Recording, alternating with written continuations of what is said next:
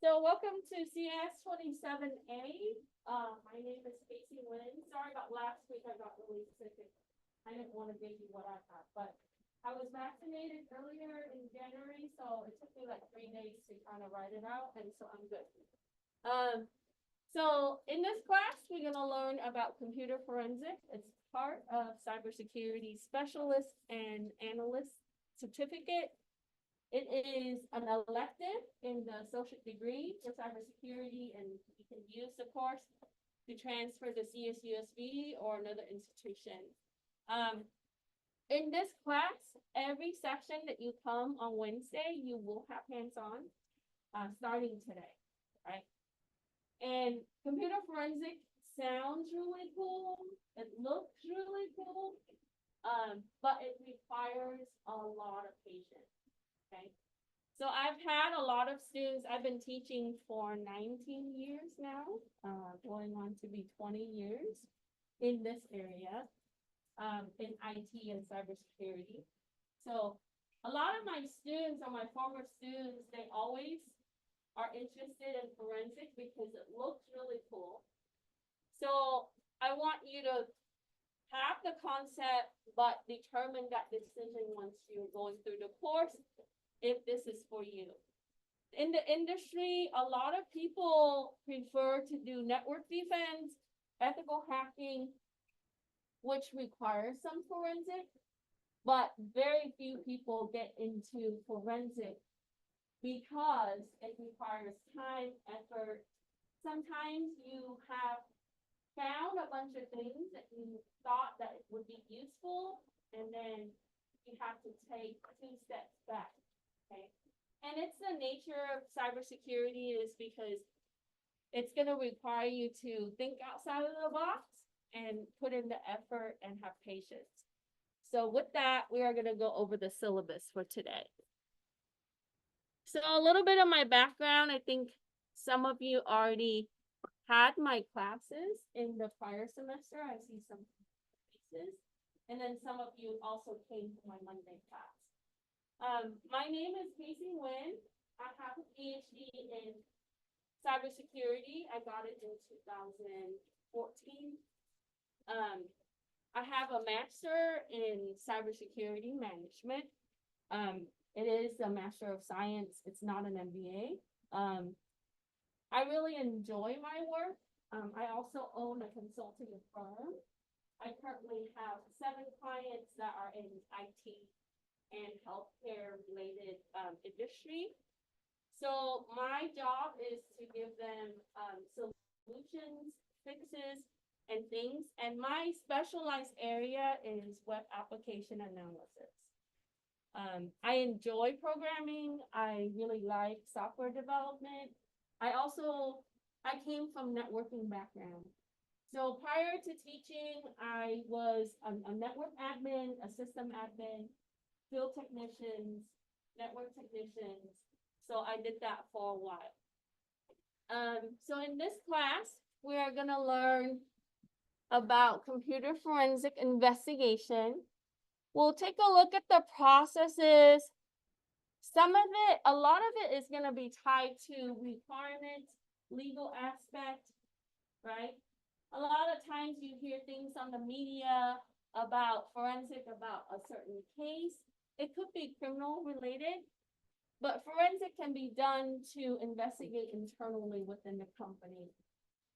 So if there are cases that would be related to fraud, you have to go back and take a look at all the activities, events, actions, or even when you have malware that's entering the network. So we're going to see some of that today.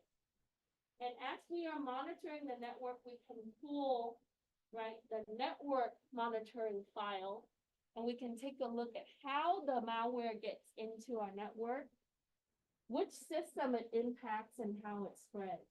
And that's money, right? But it's really a reactive approach in security. So forensic usually happens after the fact, right?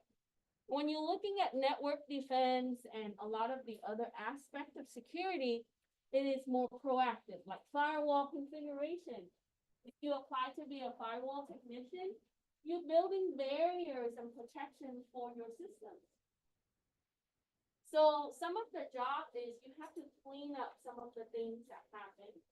And that's going to require patience, and sometimes that could be stressful, but it is very interesting. Okay. So in this class, we'll talk about the process, the technology, various type of equipment that we will be using, and how we're going to start from pulling data or even what we think we call evidence, right? We'll have another term for it. And in cybersecurity, it requires you to have proper written communication skill. So the report is where we can actually get the money, right? And sometimes that can also go to court, to attorney, to judges. Sometimes you have to be a witness in the case in this type of area. Now, getting into forensic sometimes can be challenging if you want to get forensic experience.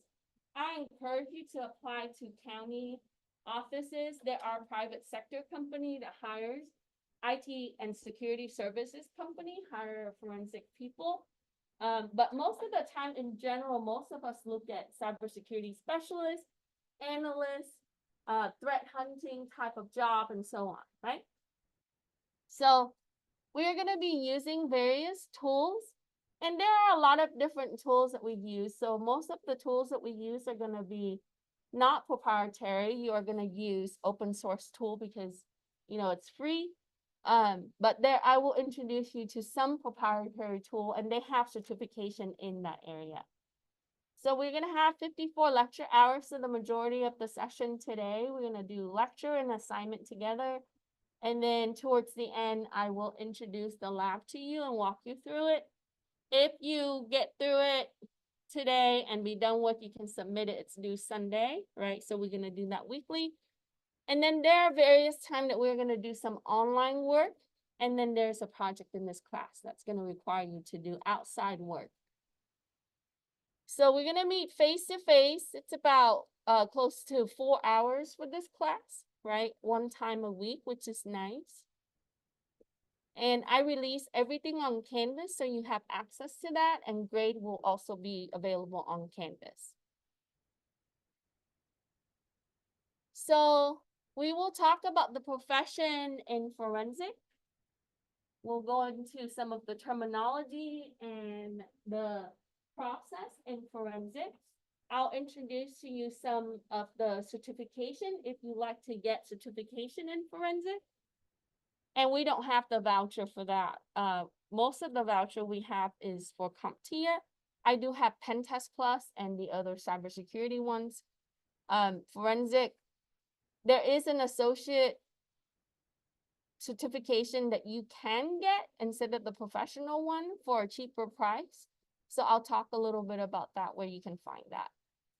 And then going through the investigation process. So if you do incident response, likely that you will have to use forensic skills and knowledge, right? If you look at security jobs, a lot of the jobs are going to list know how to manage and handle an incident, because our job is to put out fire, right? We're like the firefighter of the system, right? The networks.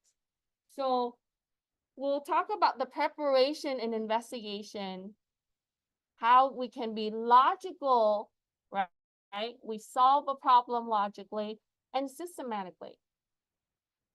We'll talk about how we can recover data. So for example, the police confiscate an iPhone, but before that happens, this person wipes and locks the iPhone.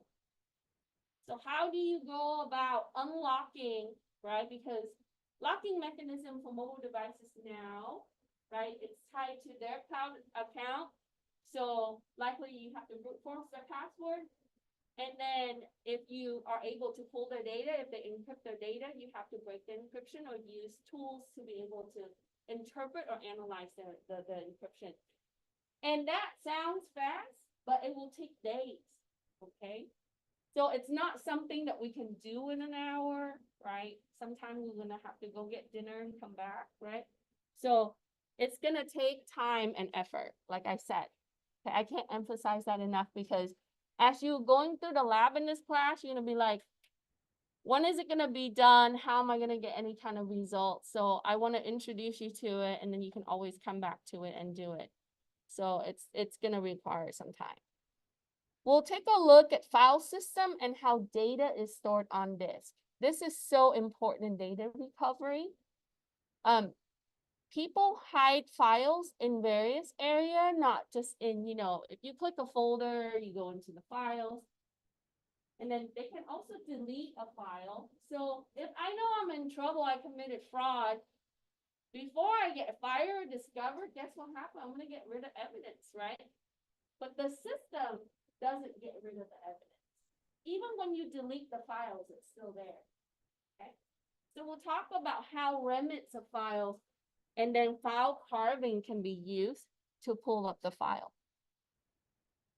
And then sometime we might have malware that impact boot systems or the boot sector of your disk, right? Or we have malicious application that happens in that process.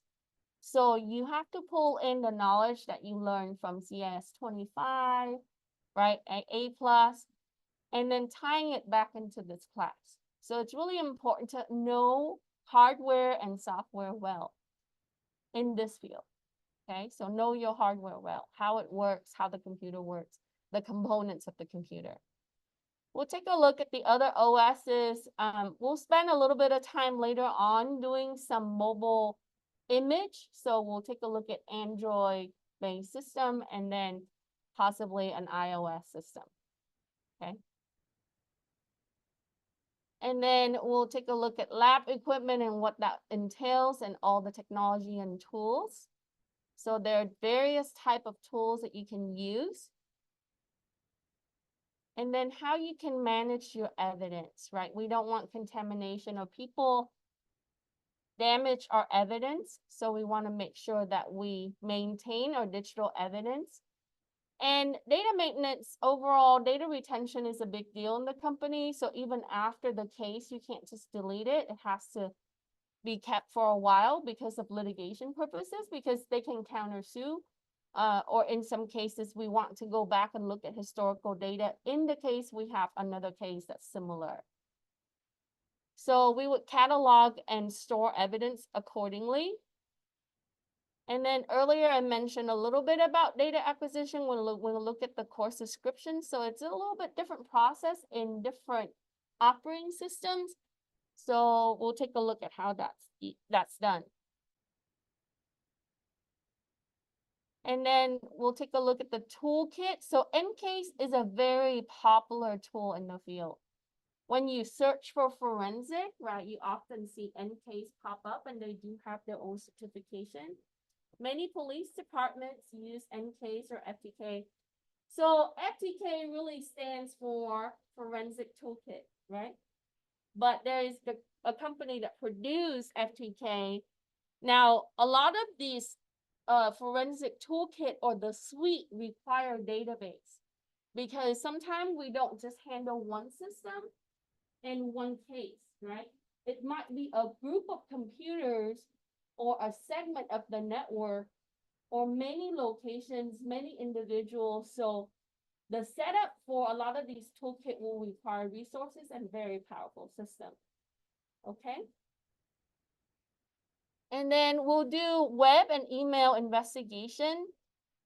This is so important. You don't know how important this is right now. Ransomware comes through email all the time.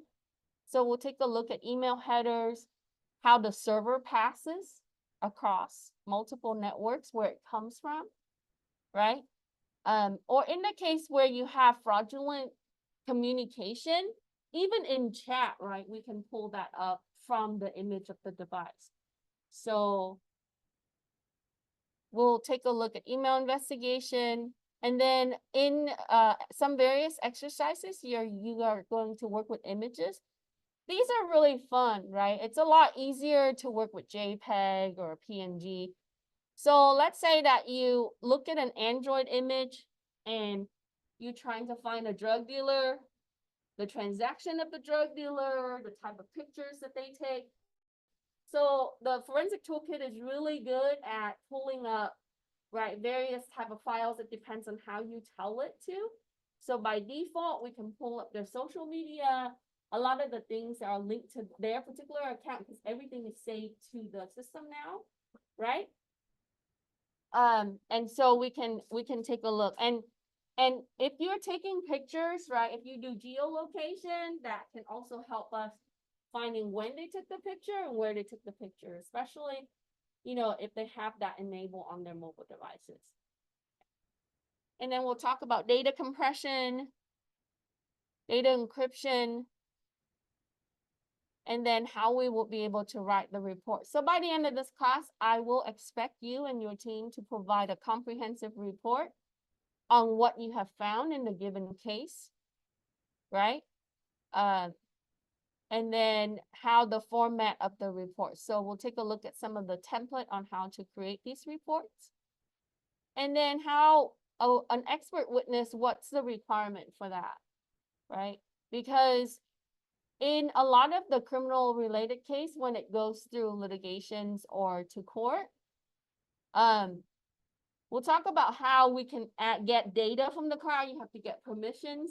And then when you put together reports, screenshots, and all of those things, you will be on the witness stand and you have to validate, right, some information for that particular case. Any questions? No questions? All right. Sure. What if they use a file structure? Supposedly goes through, tries to wipe out the data. So a lot of the times data nowadays, if it's shredded locally, because even if you shred it once, sometimes there's still remnants of the header of the file. But a lot of the devices now is linked to a web account and a cloud account. You can also find things on RAM. So let's say that if you're looking at a mobile device, it's tied to internal storage, it's tied to a cloud. And, you know, in the case of an Android, if it uses a micro SD, it might be tied to an external storage or removable storage. So you can find multiple things many ways. So if they shred it locally, you can find stuff in the Slack. So the Slack space is just a space that the system reserved in the case you write a new file. So you can go in there and find it. If you can't find it there, you will have to rely on web account, email accounts, and so on. Yeah. So now when it ties to the cloud company, it becomes a property issue, even though that particular user might have subscription or they might have ownership. But in a legal aspect, you have to ask their permission, like Apple, Google, to be able to access those accounts. And that could take a long time.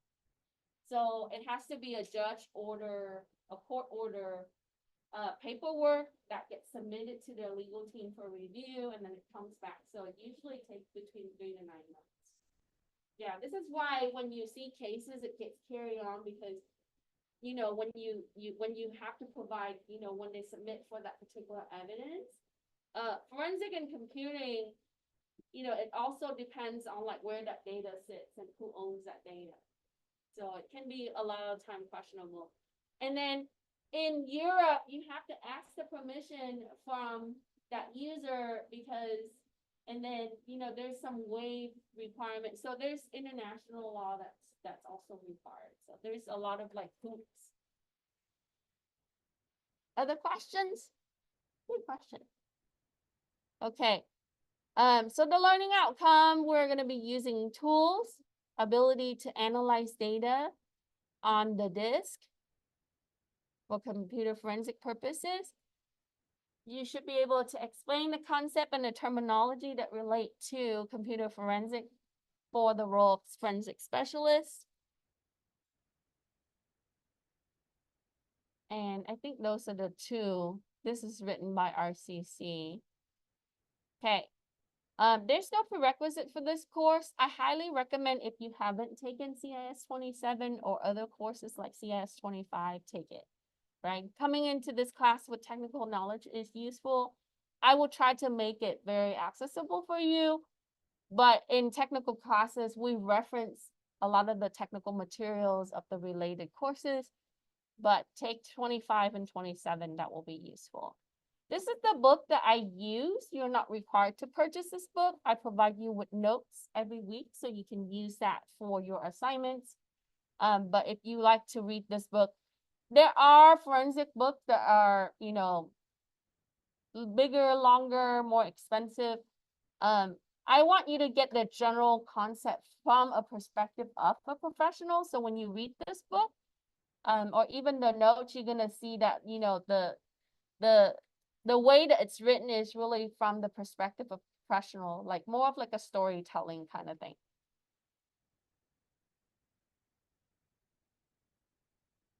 So we will have assignment weekly and lab weekly for most part. If you submit your assignment a week late, there's a 10% deduction. I usually open the assignment for close to a month. After 2 weeks late, it's gonna be 20% from your earned grade. And then 3 weeks is gonna be 30%. I prefer not to take anything after 3 weeks. But in the case if something happened like medical emergencies or family emergency where you have to be out for a couple of weeks, make sure you let me know and we'll work something out. Okay?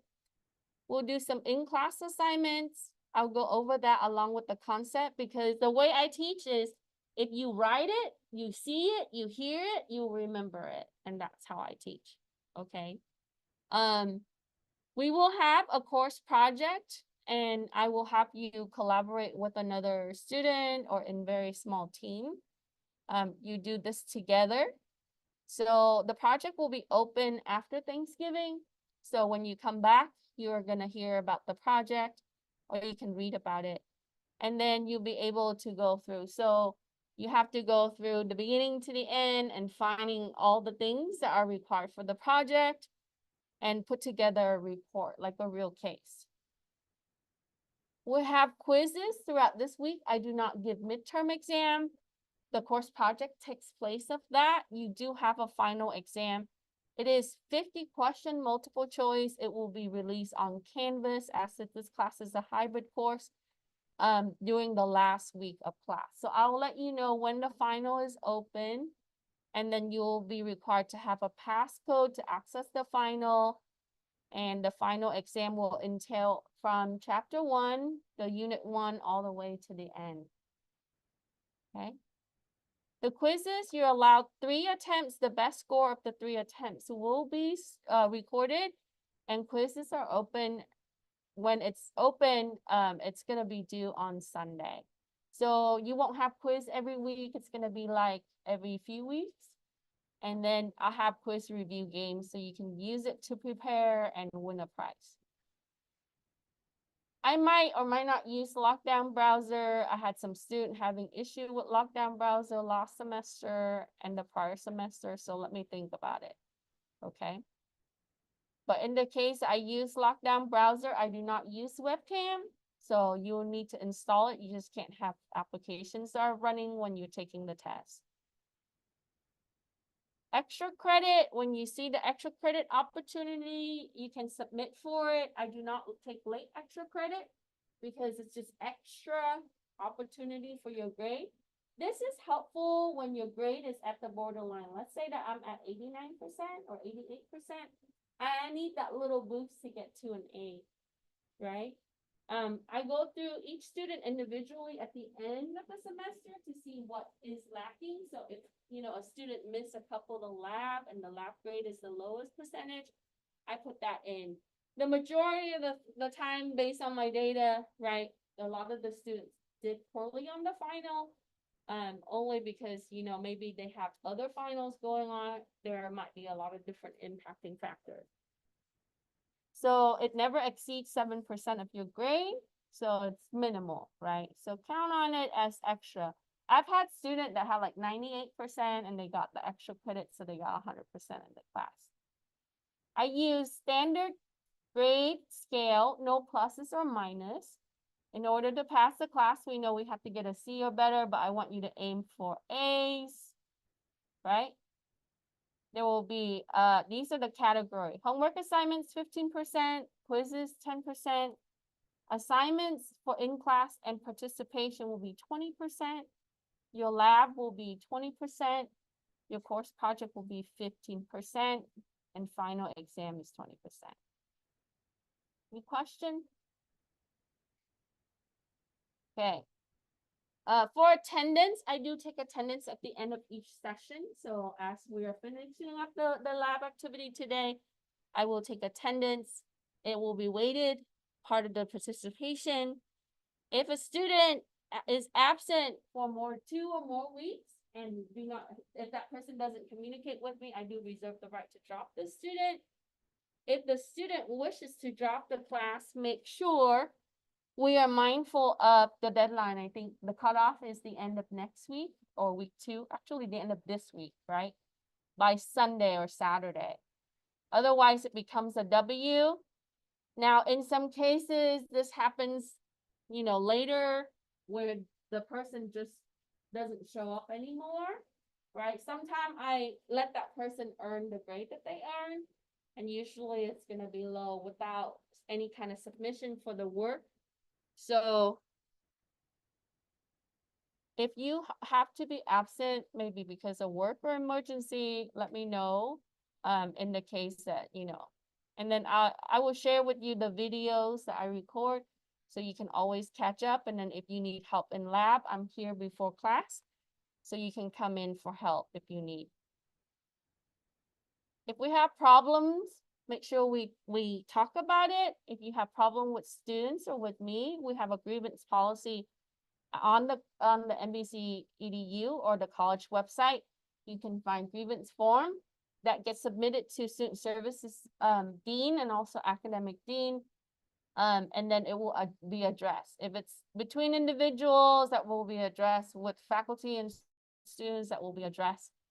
But in the case, if there's behavior issue, I follow the policy for the college.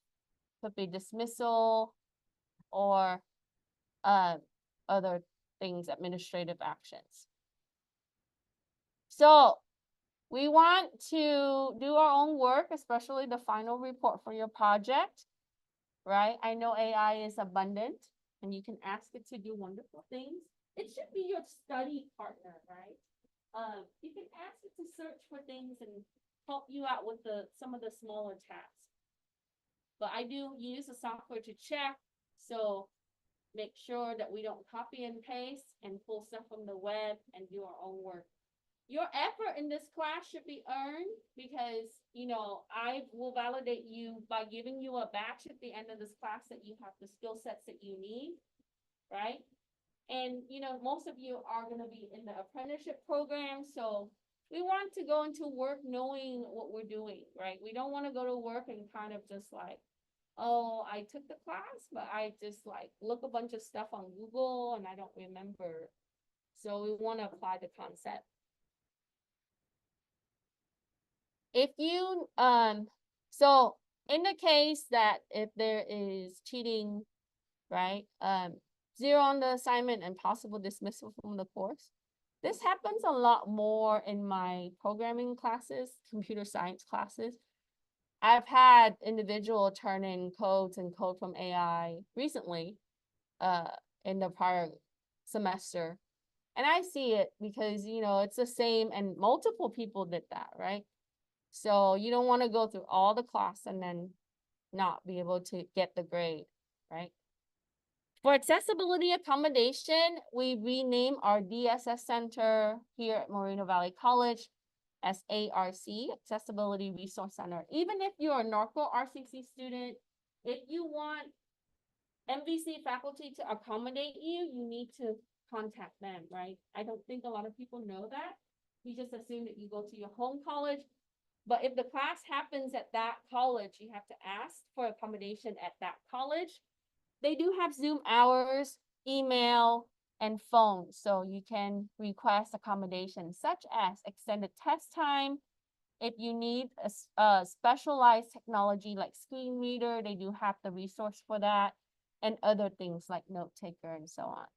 So if you need this, you can contact, and they will send me a letter, and on that letter, it will list the things that I need to accommodate. And, But, you know, I would try to do things as most accessible as possible for in general for the entire class. Here's my information. If you call this number, it will go to my office. I think most of you know that I'm not always there, right? It goes to my voicemail. I do check it. And then I will answer you back. You can also contact me via email. That's probably best, or Canvas message. Here's my office hours. Monday and Wednesday, 3:30 to 5. I'm usually here before class. And then if you need help and you can't get here, you can also join Zoom. Tuesday, Zoom office hours only. And then Thursday, I'm here 4 to 5. I teach advanced cybersecurity practices. I think that's a final class for a lot of people in the analyst certificate. So I'm here before class if you need help. And if you can't make these hours because of work or other reasons, we can make an appointment. I'm here on various Friday, or we can also Zoom if you need to. Okay. And so I will contact you via your college email or RCCD email, Canvas message, and in the case that we might have meetings on Zoom, I answer within 24 hours, if not promptly. If I have access to the internet, for most part, I do. So the best way to get a hold of me is probably email. I'm not a good text person, and I'm not a, you can ask all my family members, they hate it when they call or text because I usually don't respond for a while. Any questions? Okay. All right. So now, are we logged into Canvas? Downloaded your assignments. If you need USB to save your schoolwork, I have some of you. You can take one. And so, and don't forget it here, they'll bring it with you. Okay, so now let's go through our lecture notes and our assignments. So as we do this, we can go through the questions together. You can type out the questions. And then you can also save it and upload it when you're finished.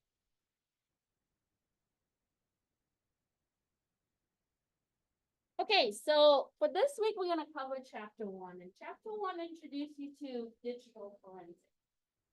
So basically, it is a division in forensics, right? You've seen this on shows like CSI and other things. So we do investigation, but specialized in digital technology. Okay. Looking at recovery and analysis. So in order to find things, you have to analyze things like looking for data. And we will have to use different techniques for this. So what is the goal? We want to be able to find or identify, collect, examine, analyze. Okay, those are the things.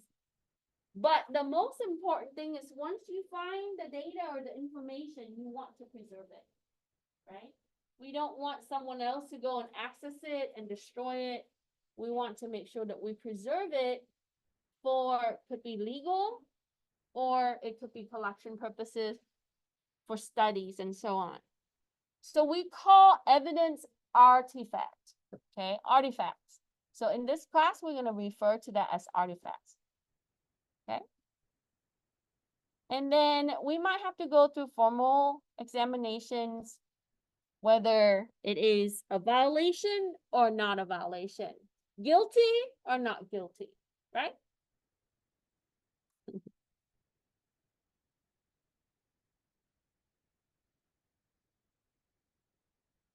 Okay, so let's answer some of the questions. You can pull that from Unit 1 notes. So the goals for digital forensics is to recover and analyze data from digital devices, tablet, PC, network systems. Sometimes that could be network systems, security appliance, right? Or sometimes that could be an HVAC system. You guys hear about HVAC breach? That happens all the time, right? The air conditioning system is connected to the rest of the network for controller. So it could be embedded system, microcontroller. The difference between those two, embedded system, think of it like if you have a Raspberry Pi, that's considered embedded system. Embedded system, you use it when you're turning on your smart TV because it has an OS in the back. All smart TV uses mostly Android unless you use Apple TV, right? It has applications, it has menus, okay? So in forensic, we are in the business of analyzing the data after we find the data. And with that, we need to identify, collect, and examine the digital data. That could be on RAM, that could be on your disk, could be on your micro SD, that could be on a server in the cloud. So we want to find the artifact, examine the artifact, or we call it analyze. And we want to prove or disprove. So your report should have some conclusive results, right, from your findings. Now, you would say, okay, well, I found the data. I'll just run it through the tool. It's going to tell me this. Am I done? No, right? When you run it through a tool, you're going to get one result. But in order to make sure that we validate it, we have to run it through multiple tools that are similar. And each tool you use, you have to document it. Because, you know, let's say that this is a legal case. The attorney on the other side, they can say that, oh, the tools that you're using is not adequate. It's not industry standard. It doesn't have the requirement that it needs. They can throw your evidence out the window, right? So we want to make sure that we use multiple tools to produce the same result. Consistency is really important.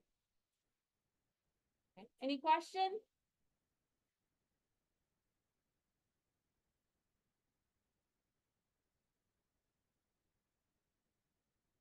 Okay. So page 1 of the notes, we can find this there. So I'm going to switch over to the notes now, okay?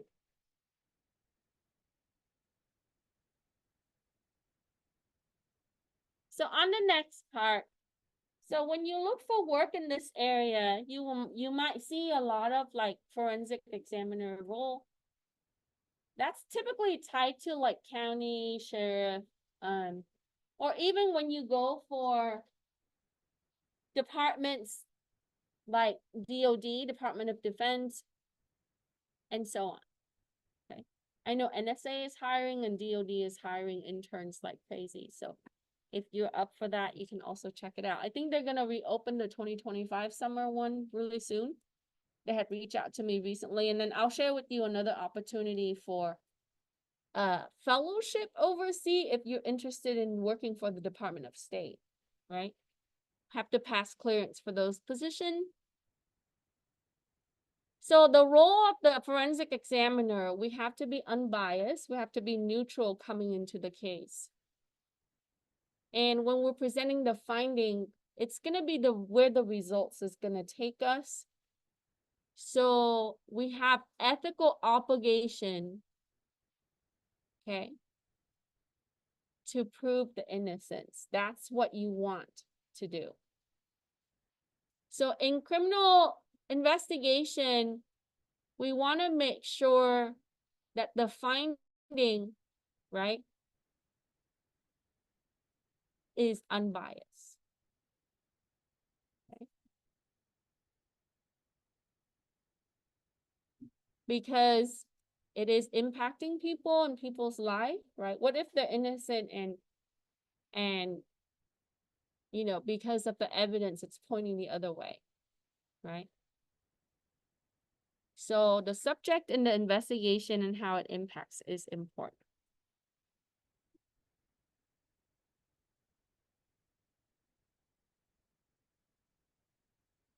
So you guys hear about Caesar Palace being breached and MGM being breached, right? Like I talk about this in every class. But because of forensic, that's how we know how fast that occurs.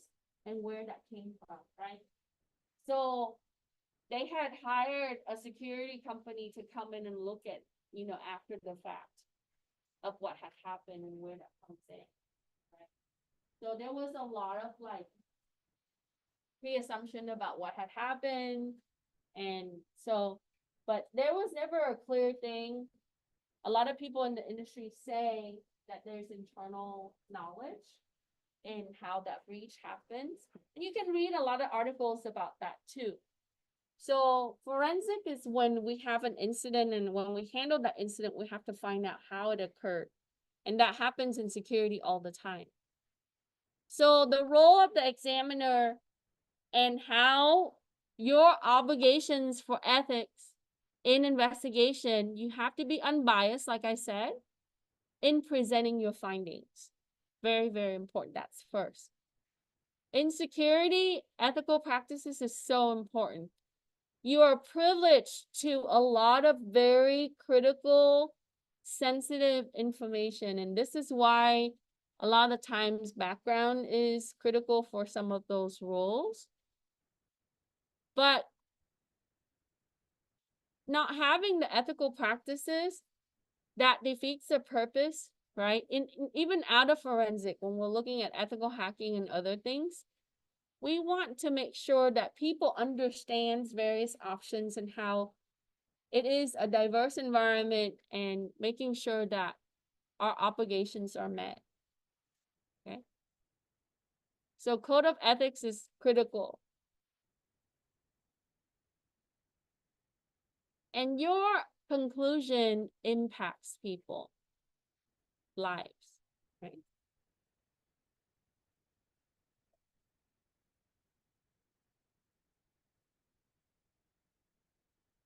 So what kind of skills do I need to get to become a forensic examiner? What can I learn?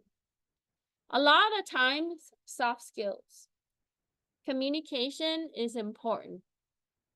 You need to interview people and ask questions. Okay? Because it could be related individual or the people that were there when it happened. You would need to know how to use specialized equipment and like software and tools. So there are also ways for you to take drives, right? And have clean room environment where they can actually analyze the platter on the drives or the disk. In the case if the disk is fragmented or broken, sometimes we would have specialized equipment in order to analyze the disk like that. Okay? Because people sometimes destroy evidence by physically breaking it. You'll be required to have training.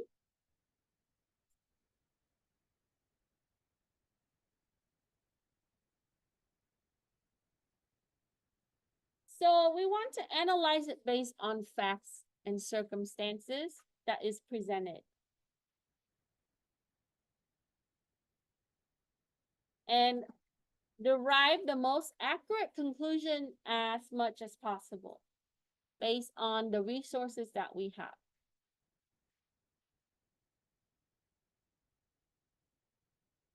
Okay. So with that, we need to preserve our artifacts.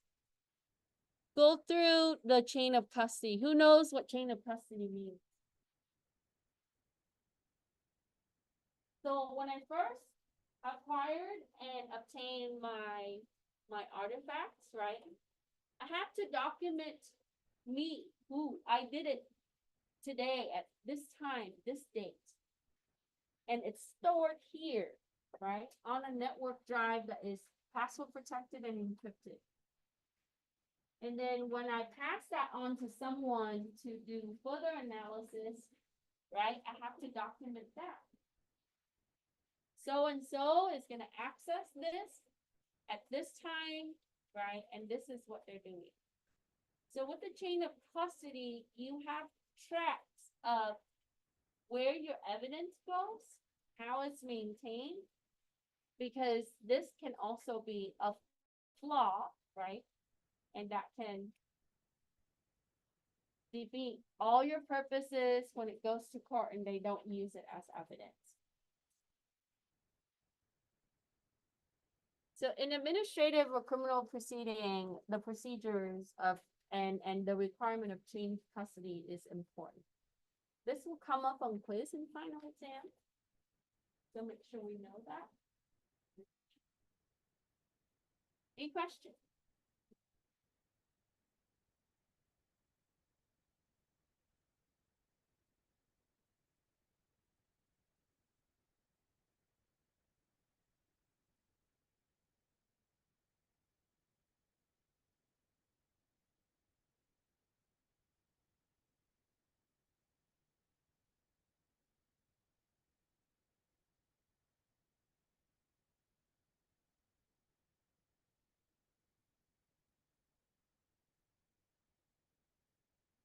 Okay, so where can I find that information? Here, right? I didn't put it verbatim, but you can find it here. So we have to find the data where it's shared, where it's created.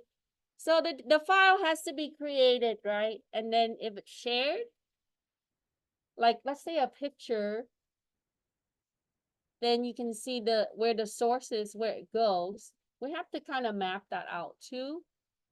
And then if it's saved at other location. So if the picture is shared on social media or on email and so on, we can see that. And then if they saved it into the cloud, storage, or, you know, outside, they back it up, synchronize it to a server and so on. So what kind of artifacts are we going to look for? Okay. So some of the things that we're going to find, and this, we call it breadcrumbs because it can lead you to the individual, right? So let's say that you need to find a drug dealer and who this person is, right? You have to look into some of the things like web browsing history. Sometimes I watch crime TV when I can't sleep, right? And they always talk about like so-and-so murder, and they, you know, the forensic specialist in that does an amazing job in mapping out like this person. So let's say that this person went missing for 2 days. So they map out all of that based on what social media data, the things that they share on the internet, or even on the murder case where the evidence is pointing to maybe the husband or the wife. How do they see that? Web browsing history. Maybe they're searching for murder weapons or chemicals or things, because you know people be using different things. So web browsing history is critical, right? The cookies. And then your email communication.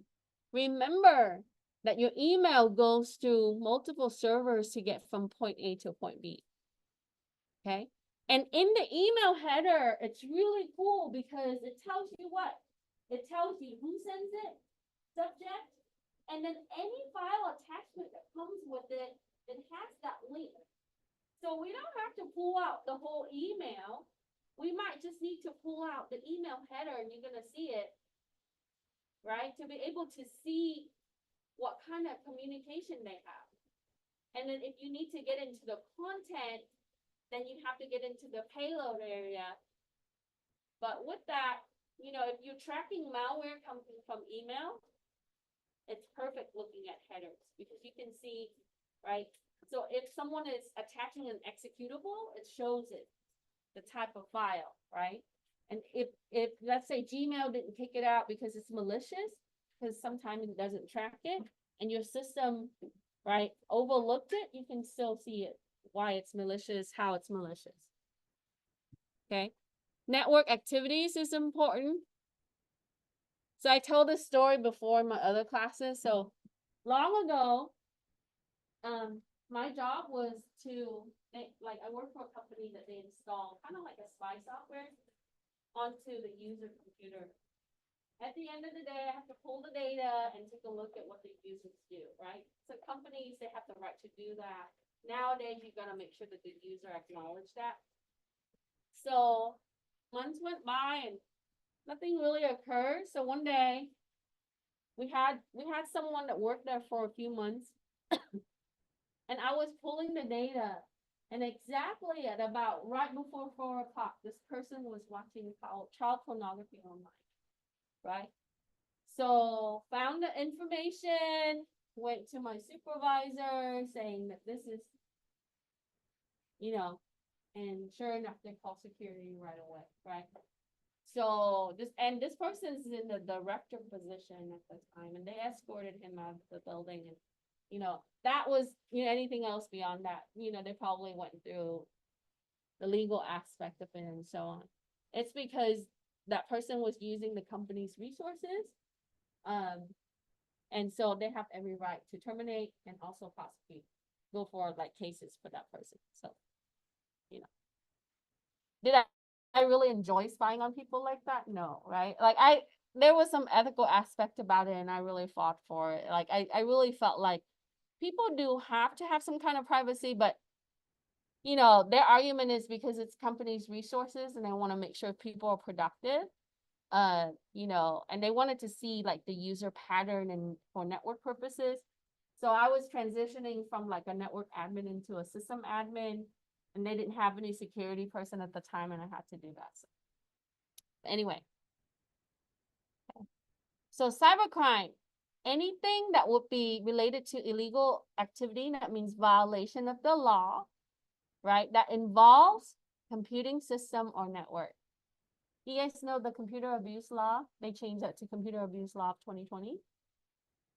So anything that is circumventing a system or a network, like hacking, right? Stealing files, right? That becomes a computer abuse law. But for cybercrime, illegal activities, and this is a big umbrella of things. Could be cyberbullying, right? A lot of different things. So because things are stored digitally in a digital format, so harassment email, okay? Fraudulent or forgery, pretending to be someone like a supervisor, I've also done an investigation on someone sending that himself checks. So this person works in account payable, right? And they didn't monitor for a long time. So periodically, this person would send himself a paycheck, right? So finance director came to me and said, there's like this weird, flash in the money, like they didn't know where it was and where it went, and they don't have a really good track of the system. So we went to take a look at the account payable system because there are only so many financial systems in that organization, and so the first thing I looked at, and then I keep seeing this user showing up on the logs, right? Every so often, and it people like habitual pattern, and you hear about that person. There's a new case with like Bank of America recently. I think a teller, she was processing fees, and then I think she took like millions of dollars when I read the case. So she would process like the fee for like maybe it's minimal. I think a few dollars for some kind of, Bank of America fees, put it into an account. And then when the customer comes, she would take that money and put it back and then later on take it out again. But she targeted mostly senior citizens.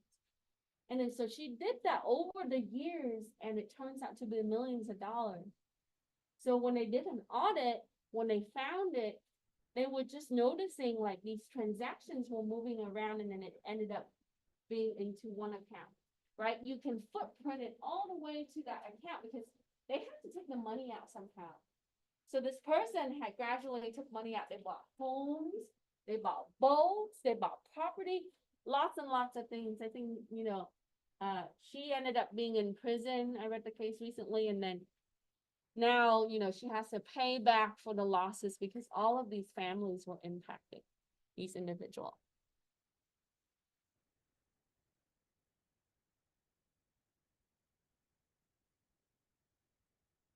Okay, so 4, the purpose of digital artifacts in computer-based investigation, we want to get factual events.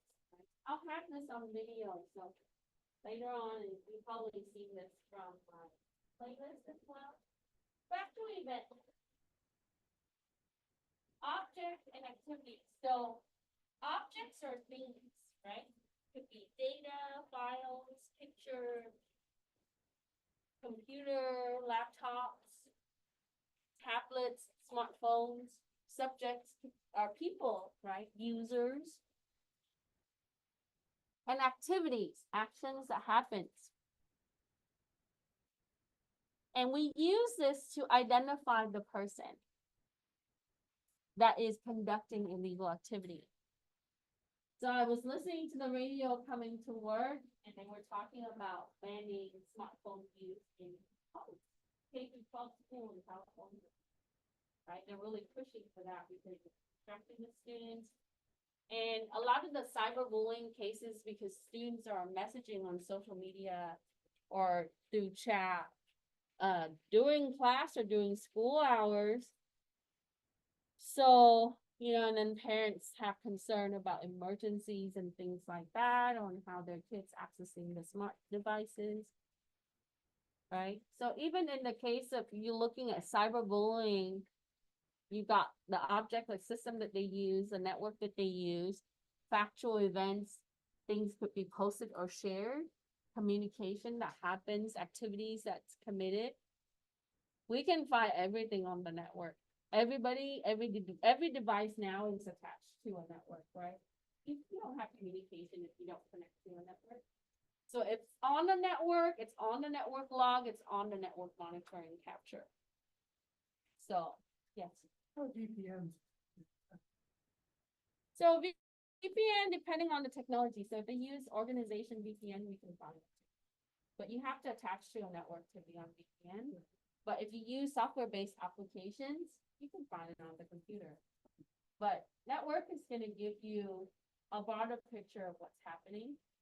So in some cases, like you have to connect to something to connect to a VPN.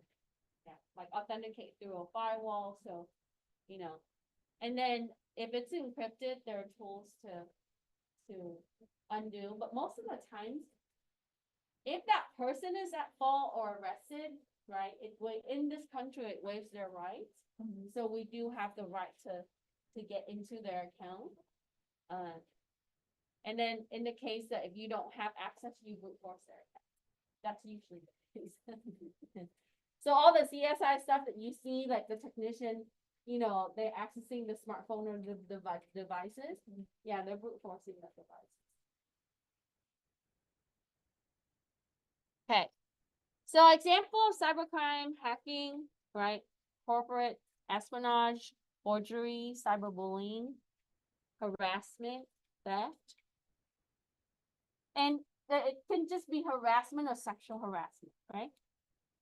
Sometimes it could be sexual harassment via email or messages. Theft, data theft, financial theft, and then fraudulent or even trafficking.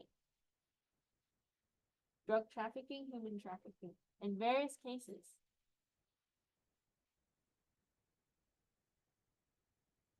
If you enjoyed this, right? You don't have to work for law enforcement. You can work for like Department of Defense, NSA, that kind of stuff. They have also internship. I'll share with you some of that in a little bit.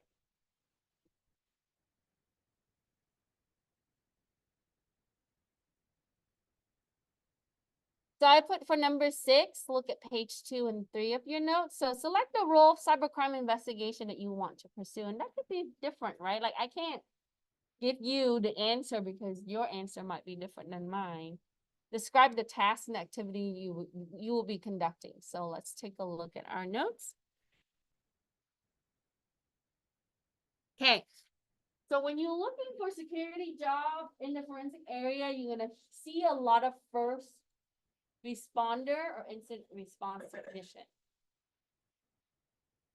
First person on scene, right? Sounds like a crime scene, but it's just first person to respond to an event. Okay.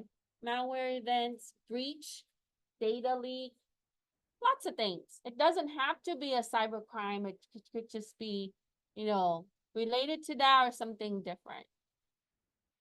You have to, when you're responding to event, you have to look at the subject and the object that's impacted. You have to control the scene. So I ask this question all the time.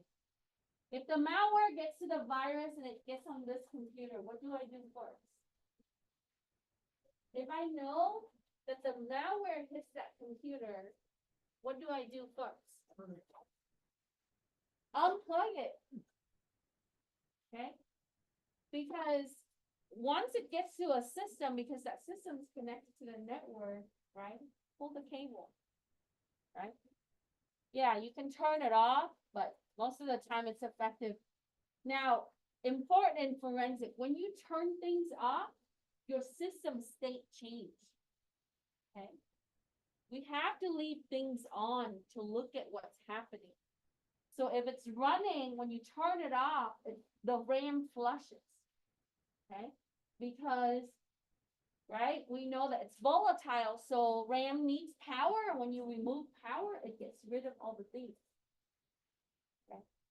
So you can be the first responder. We already know what that is, right? And you have to ask who, what, when, why, where, how. We still have to follow the chain of custody. Or you can be an investigator, aka forensic examiner in most law enforcement environment.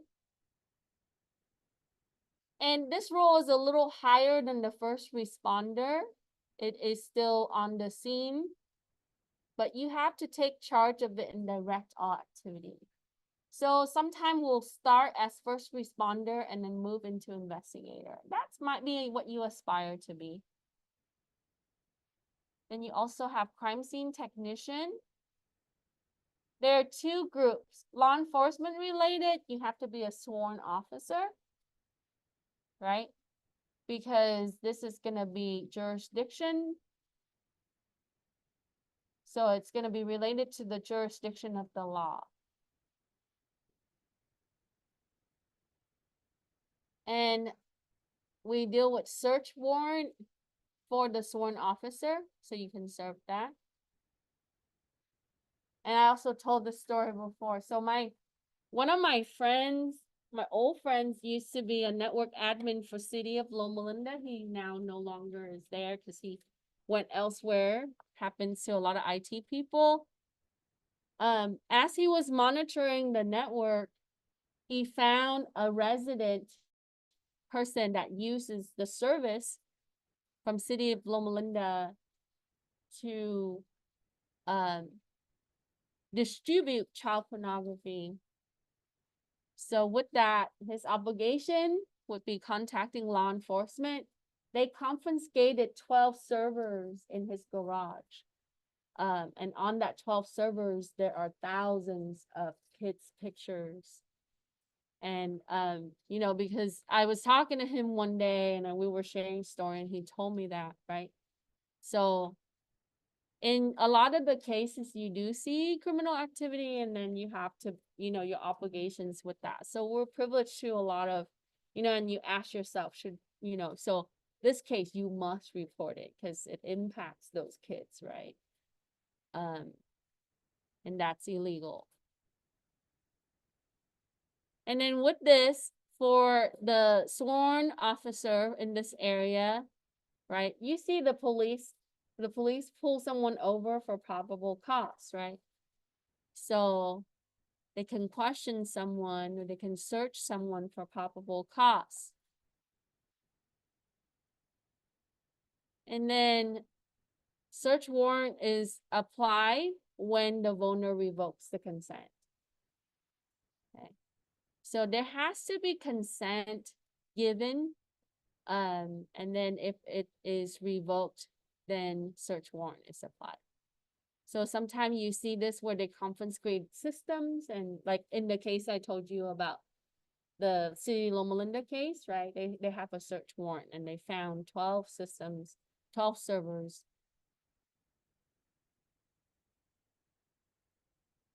Now, in the case that you don't want to be a sworn officer, but you want to work in that area, you have to take an oath, but you cannot arrest. You have to contact law enforcement for the arrest. But you're required, your responsibility is going to preserve the artifacts. So we still have to bag and tag, right? That's why I call it. You bag the device, and every department handles this differently. They have evidence bag, and then you tag it and you put down the information, date, time, who, and then you also need to take a picture. I know digital camera is coming back, right? I can't believe it because you have smartphone camera, but you would have a digital camera that's specialized, that's part of your toolkit, and we use that as we go through. You take pictures of everything and then you tag.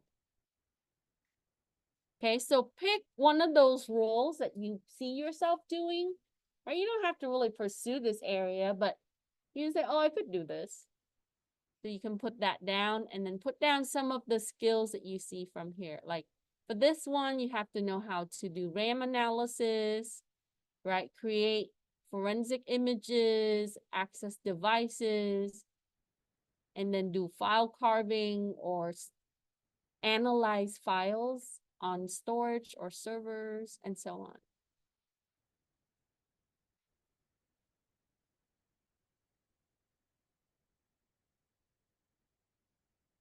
Question. So 6, we would refer to those pages and put down our answers, okay? Okay, I'm gonna move these 2 down, so as it goes to the next page. So in United States, the next section talks about illegal implicit image. And that could be varied in different part of the world. So implicit image is the type of image that contains erotic, lascivious, is that right? Lascivious, abnormal, unhealthy, degrading, shameful, morbid, interest, nudity, sex, expression, minor obscenity, harmful materials involving minors. That means category. So that means that, like, you know, in the case that we talked about earlier, right? They found thousands of images and they would categorize that under illegal implicit image. And that's a probable cause for them. And then the traffic on the network shows the distribution of the image of the minors in this category. Maybe not. I thought that there was in the next section where it talks about implicit. Page 3. After the roles.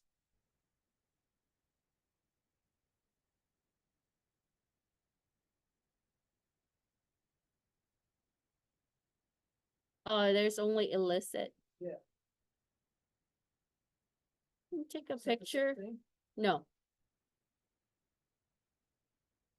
So let's talk about illicit image, right? Illicit image is criminal related or distribution of the image. Could be contraband. It's not the same thing. So implicit illegal image relates to minors, sexual nudity, all of those things. So let me put that back.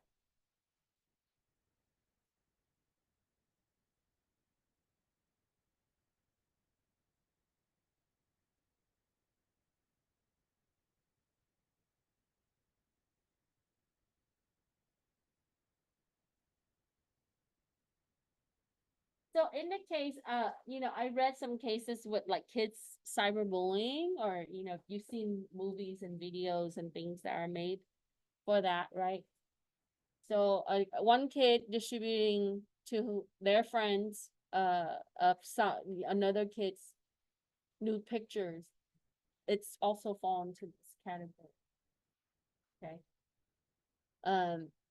Without consent, because that's also a minor, then it involves parent consent and other things. So.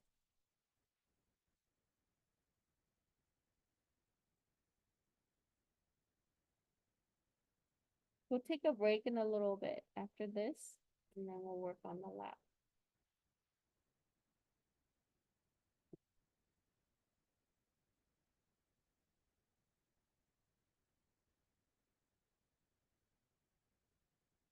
I'll have the videos up by tomorrow. So if you missed this, you can go back and watch. Okay, so here it talks about illicit images. And then I also put the link for you there. And you can go to those links to find the clarity in the content for online.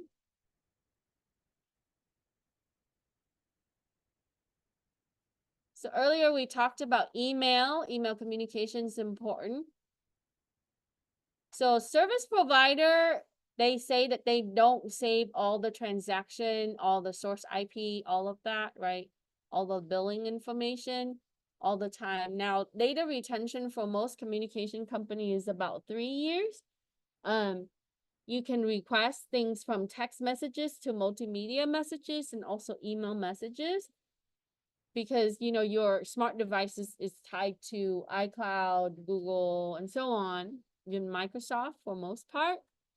So in the case where, you know, if there's a judge or court order, we can go and ask service provider, but they can also decline, right? If they might not have things way back. So in the case that if it's older than the amount of time that they retain, they also tell you that you might not have it. So you have to find another source. Okay. And then the older stuff, news group, I think some people still subscribe to this. Peer-to-peer file sharing, like a device-to-device file sharing. And then you have harassment, like cyber stalking, cyberbullying.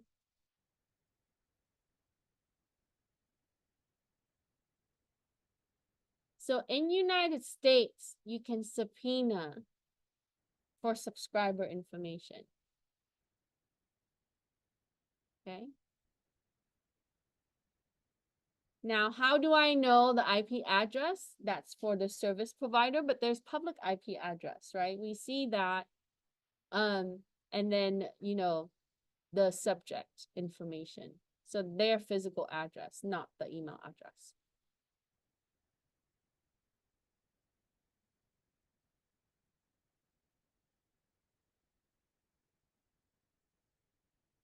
So for A, it says a harassment case has been filed to the police department.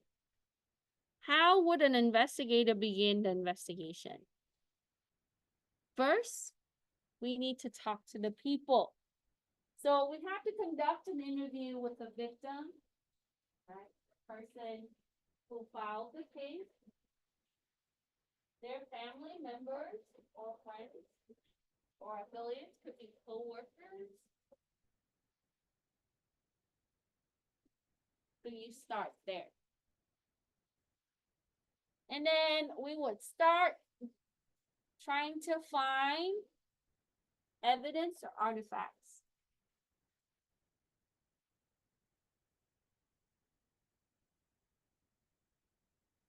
So we might need to subpoena for data services or subscriber information. So that would require, you know, law enforcement, court order, all of that. So with that, we'll be able to find text messages. In the case of if it's this person is a minor, it's a lot faster compared to more of an adult.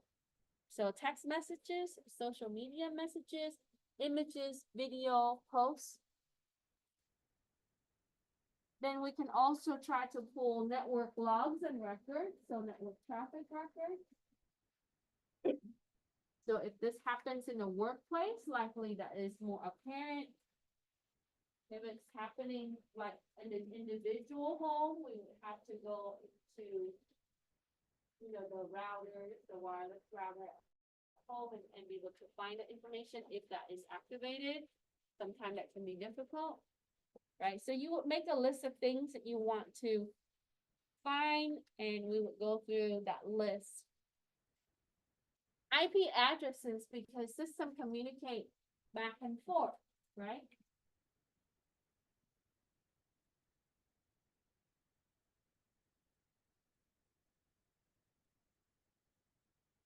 And then for litigation, there might be a search warrant, or we can also get consent from the victim and potential suspect to access the devices. So potential suspects, of course, they might get an advice from the lawyer and they might say, no, I don't give you consent, or I don't want to talk to you, right? Then we have to rely on court order requirement.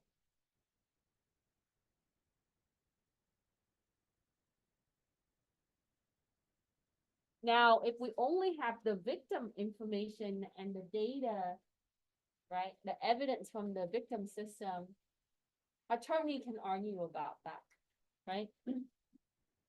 Because it could be falsified, because this person wanna target, you know, their client and so on. So how can we use this to really identify the harassers? Well, if it pinpoints to their address, right, their system address. So if that person is the only user on that phone, on that smartphone, then, you know, potentially it could be that person. Remember, we want to be neutral and unbiased about this.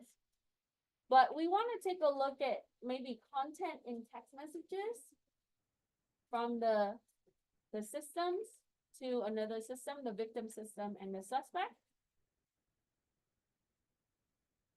And also all of that really help us identify or build out the profile for the potential suspect.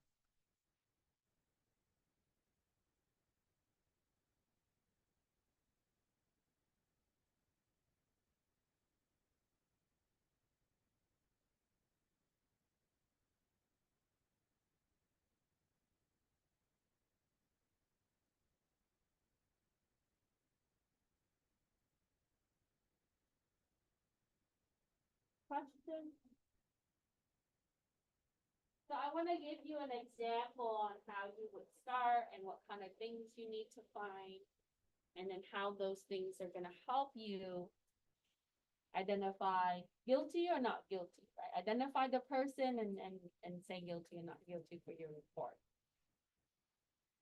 And so when you look at these three items that could take months and years, right? It really depends on the authorization of data access, if we can find the artifacts that we need, because, you know, they might give you consent to the devices, but if it's not there, then we can't find it and we have to go to service provider.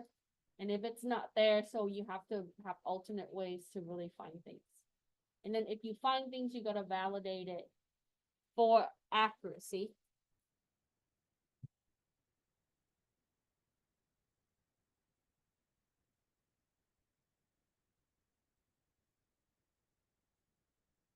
So for the next question, it asks you to provide an example of a criminal conspiracy, and that could be various.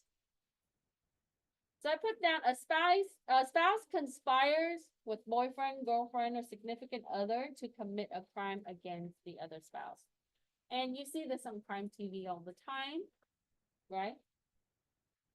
The murder cases and so on.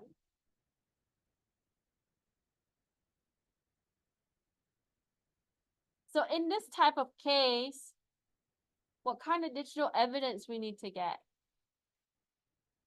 I forgot to list.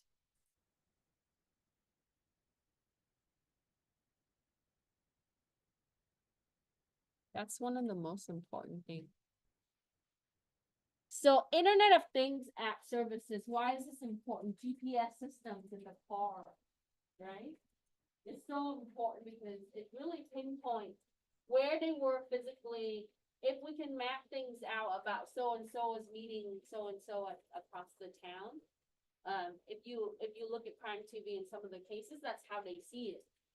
OnStar, stuff like that. Most of us go into our car, connect Bluetooth to our car, listen to music, right? Or use Google Map and so on, right? Internet of Things system tells us so many stories, right? And then Google also, for convenience purposes, it tells you, it stores your historical places. It tells you where have you been, right? Will you visit here again, right? Give it 5 stars. So IoT app services, critical. Social media, email, mobile and phone services, because it could be voice call, right? You see that they can track that on the bill statement. So and so called this time and this happens. Vehicle, GPS services, web activities.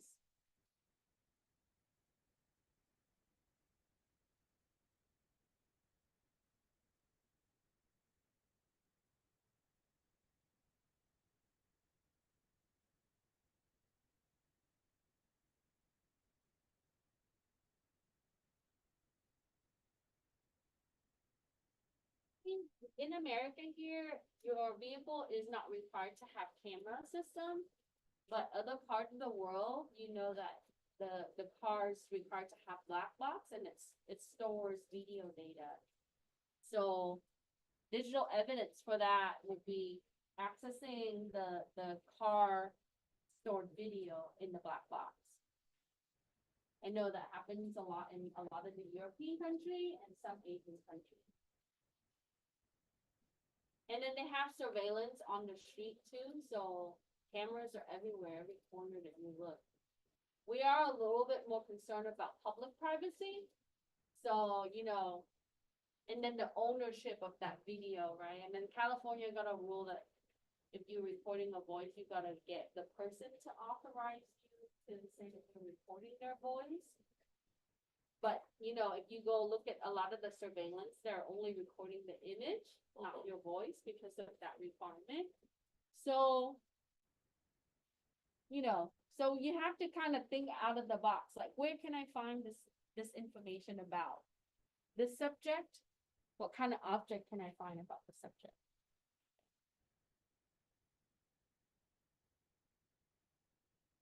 So in this conspiracy case, right, what type of artifact should be examined in this case? Text messages, emails, social media posts, images on the devices and the system, surveillance video, communication traffic, vehicle sync data, GPS data, it goes on. So we'll start with that list and then we, you know, our list can grow. So the more concrete your set of artifacts, the more detail you can create with your report, right? And the more accuracy it's gonna be, accurate is in our finding. So with the email, right, you have to find the email through the tools and then you use other tool to validate it. So the process, so we want to have multiple sets of results for each type of artifact.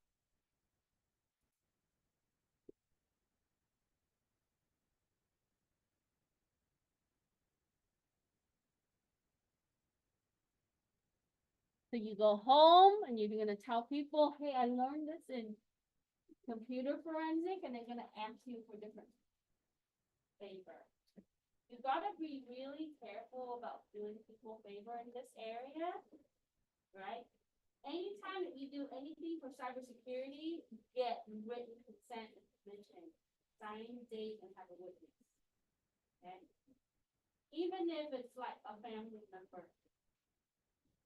Because you don't want it to come back to you and they're saying, oh, you know, so you looked into this and no, right? We want to make sure that we have proper written consent. When it's signed, you're gonna have witness. Ethical hacking is the same way. You don't do anything until that is signed and your contract is reviewed. Because the legal obligation behind that is a lot greater.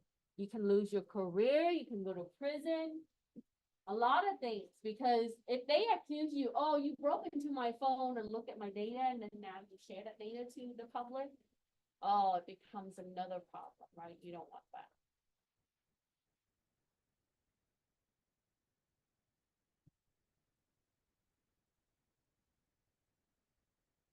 So when you work, and you can continue to read the notes, so for the sake of time, I'm gonna proceed.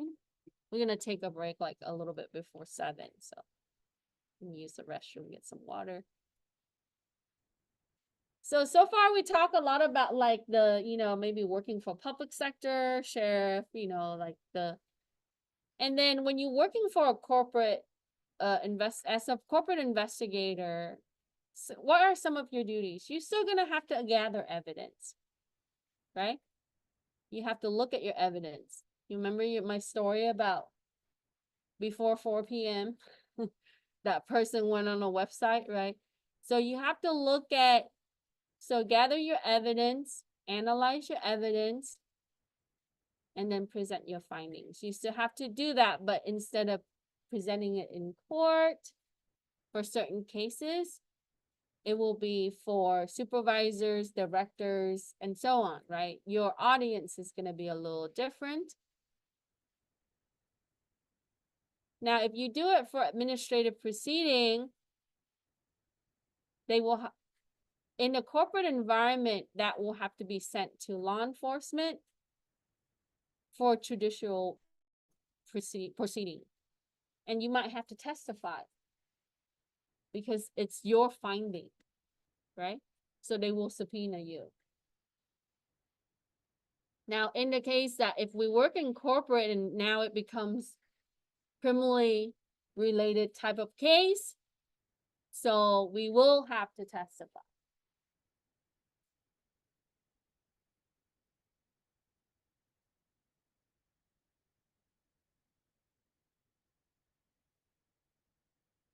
So interesting here, you can see that it says that they will not investigate a crime where a person was hurt or killed, but they still investigate fraud, forgery, and violation, and that can be varied with organization too.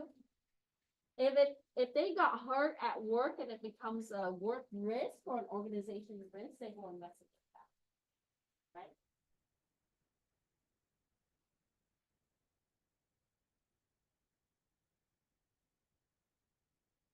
So it depends on the case and the organization. Looking at companies' policy and procedures. Now, if an employee steal intellectual property or trying to harm the actual company.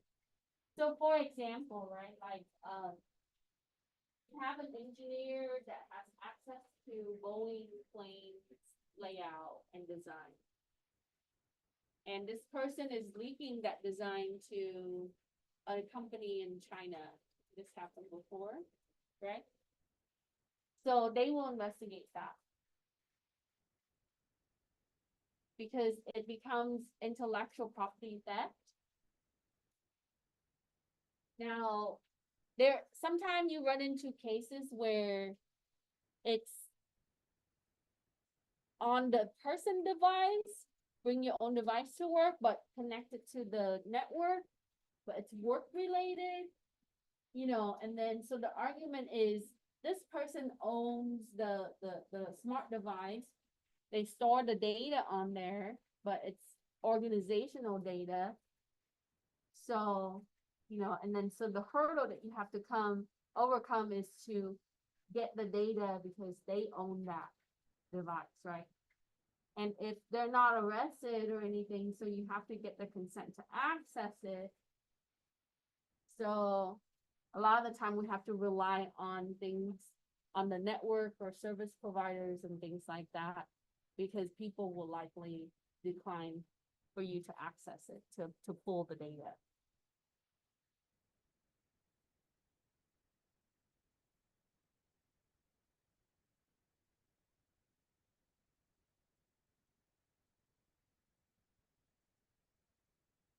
Any question?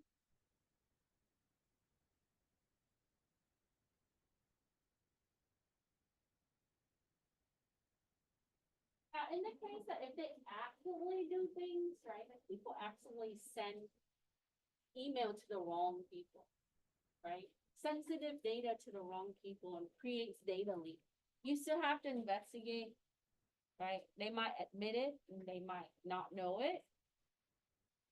Cause I see my coworkers, sometimes they CC the wrong person, right? So data can go to the wrong entity outside of the organization and becomes data leak. So you have to kind of map where the data went and how you can control that data from leaking further. It happens in a lot of organizations, from DMV to corporate to, so forensic spans in different aspects. Okay. So in the case where you have employee misconduct,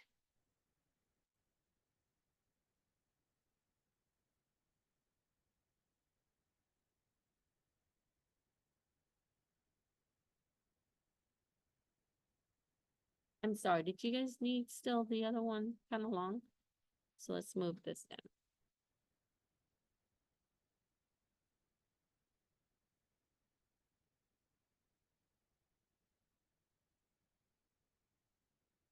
So handling misconduct case, how would you, as an investigator, determine if the case needs to be reported to law enforcement? When should you call the police? If the case violates state, local, or federal law.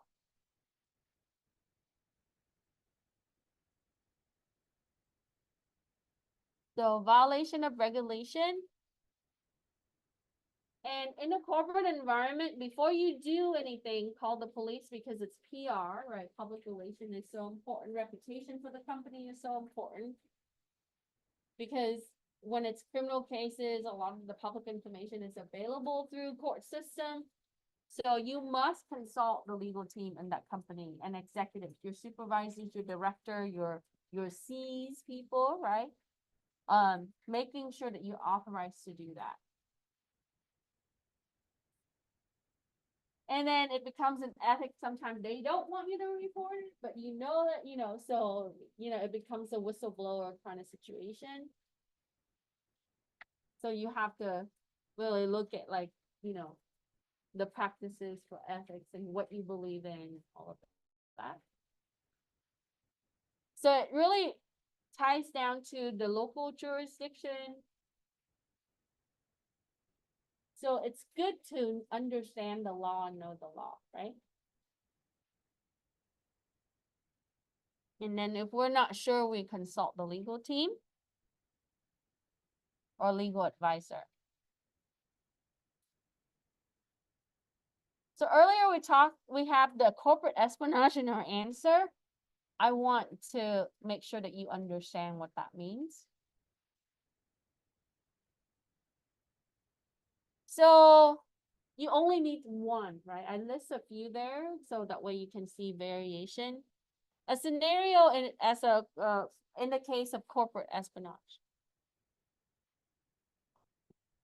So a company paying someone to be the insider threat to spy on another company for financial gain or commercial gain. And this happens a lot, stealing design and stealing, trade secrets and things like that. So, like in the movies. And then you got nation states. This happens also.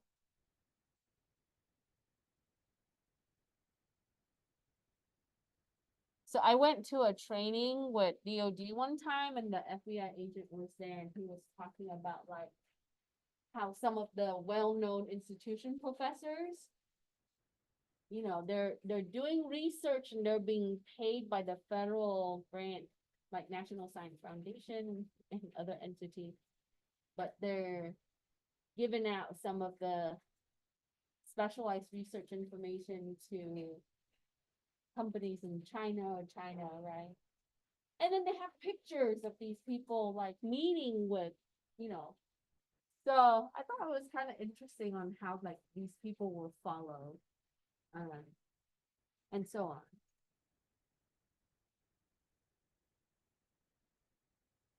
So nation state can use against each other to use for corporate actors, physical or digital trespassing to gain access of data. Remember, circumventing, entering unauthorized access to a network is considered circumventing, right? So that's illegal. Impersonating an internal employee, that is also corporate espionage to gain access to physical access to the building. I've had former students that work for security firms that actually get paid to do this, right? At San Manuel, right now, AKA a new name. They have a new name for. So one of my former students, he worked for a security firm in Orange County, and his job was to get to some sensitive area of the building without being stopped, right? He attempted multiple times. And then, he said it was kind of scary because the security at the casino, eventually, yeah, he got escorted out. But, if you show up a couple more times attempted, they might escort you out with force, right? So, so that was part of his job, is to look at physical breach. And then if you can't do that, then that means the employees are doing a good job at protecting the property.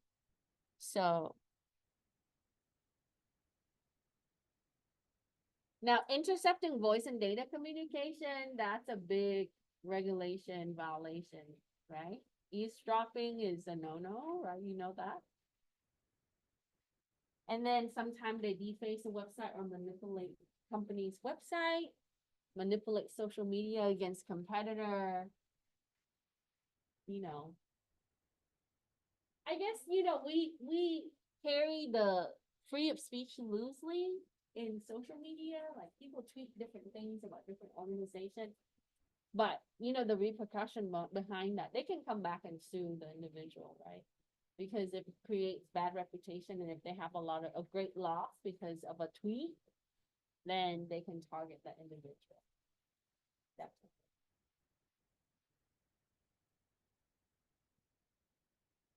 Causing damages to their reputation. So access control is critical in security in general, but for corporate investigation, we need to make sure we manage access control properly. Area protection, like physical lock room, door, fire safe, all of that, right? For our evidence. So area protection, we need to assess that for the investigation. We need to make sure that our log files, so logs could be like things like when you sign at a door, when you come in and leave the building. But logs could be system activities, right? Traffic on the network appliances. Processes in the applications, system logs. The security world is about log analysis.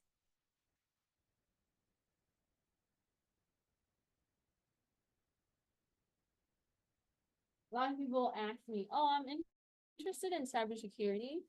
What does it really entail? In one sentence, right, is to protect system and network. That's what our job is. But with that, what do? We analyze system and network, which is what? Logs. That's the world we live in. Is that interesting? Sometimes not. Requires patience, effort. And then sometimes you would look at connectivity records like traffic, which is what we're going to be doing today, authentication logs, file permissions and access, and then status of the system and objects.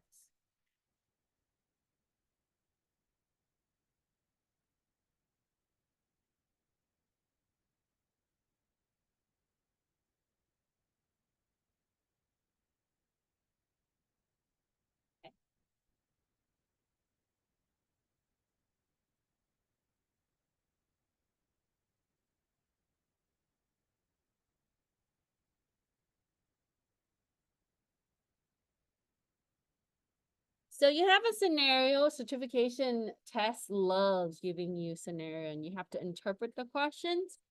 So Tammy is contacted by ABC Corp to breach a network, evaluate the network weaknesses, and provide recommendations to improve company network security.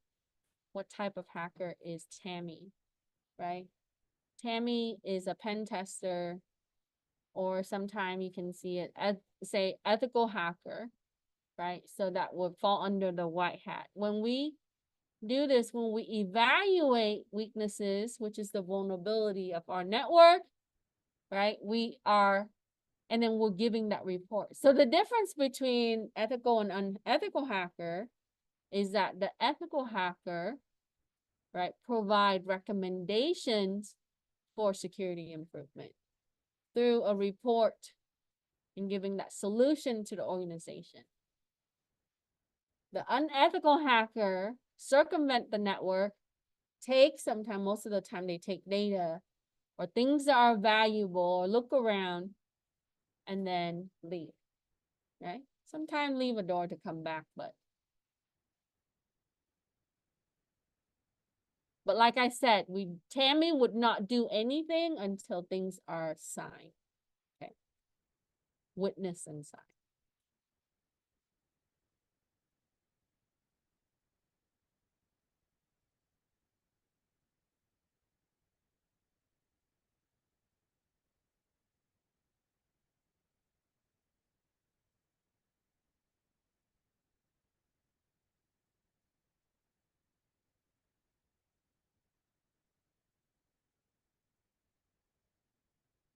So for 15, it says, when investigating a phishing attack, what is the primary source you should examine? Email. You already know that, right? Phishing comes in text messages these days. So they're just trying to get you to give sensitive information, right? The link that you click, the application, it's going to take you to an application. So email server, email accounts, any communication for messaging tools, so messaging application and services, social media messages and channels.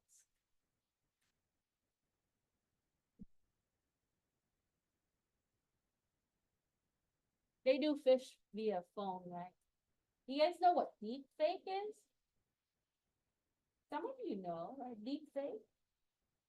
Yeah, voice, right? So phishing, but they now with AI, right? They do voice call it with video, but then they overlay their face with your family member face or something that you know. Most people fall for the trick. The social engineering aspect is if you can get people be comfortable with something that they're familiar with, likely that they would do that action, right? So one of my students worked for she was an apprentice for Colton School District, and her job was to do the phishing campaign. So she has to build a phishing campaign and then make sure that she teach the faculty and the staff whether it's real or it's fake.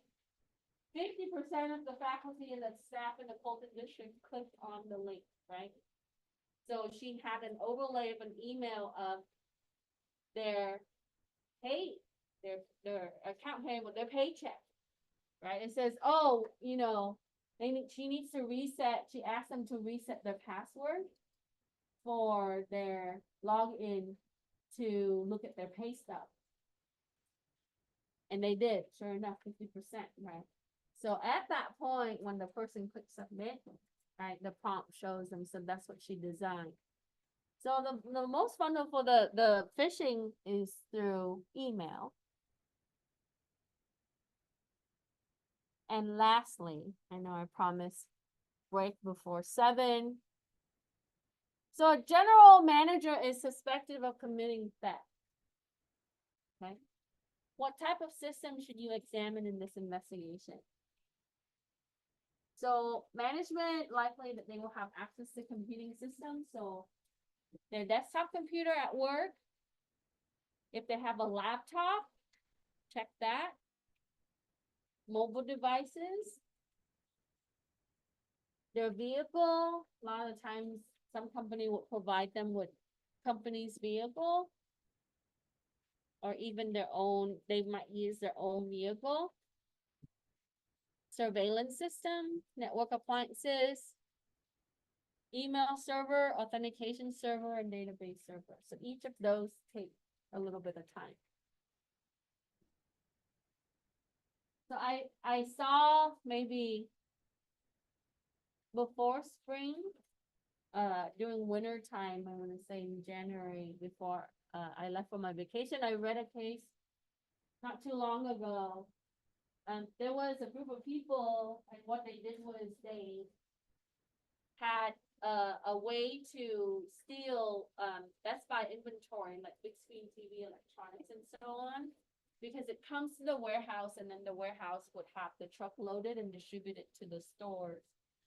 And so this group of people were able to, right, like use the trucks to bring it to their own warehouse and location instead of distributing it to the store. And this was happening for several months. So the FBI got involved, and the local police, you know, they also try to handle it. So they did a bunch of surveillance. And, you know, the group actually ran deeper than in this country. So it was a group of Indians that from India that they had, you know, planned. So it's like, it's high time theft, right? And they had thousands and thousands of electronics stored in like a lot of different locations. So Inland Empire, Best Buy store locations were impacted. So I read that, like, you know, and then they were able to track some of the trucks where it went, and that's how they found some of it. And they did recover some, but because it's on, you know, it's over many months, they had shipped those out to, you know, who buyers or whoever. Okay. Questions? Okay, so I'm gonna stop the recording, and then we'll do a little bit of demo for the lab. I tried to copy 30 drives for you guys, but I have to unbox the drive and so on. So what we're gonna do when we come back from the break, you're gonna take the drive in the case, you're gonna copy the folder onto your desktop, and then you can give it to the next person. So basically, it's a way to distribute, right? For security reasons, they made it really difficult for me to distribute large virtual machines. So just copy it to your desktop, and then you would use the virtual machine from your desktop. So all you need is take the drive, copy it. It takes 3 minutes, okay?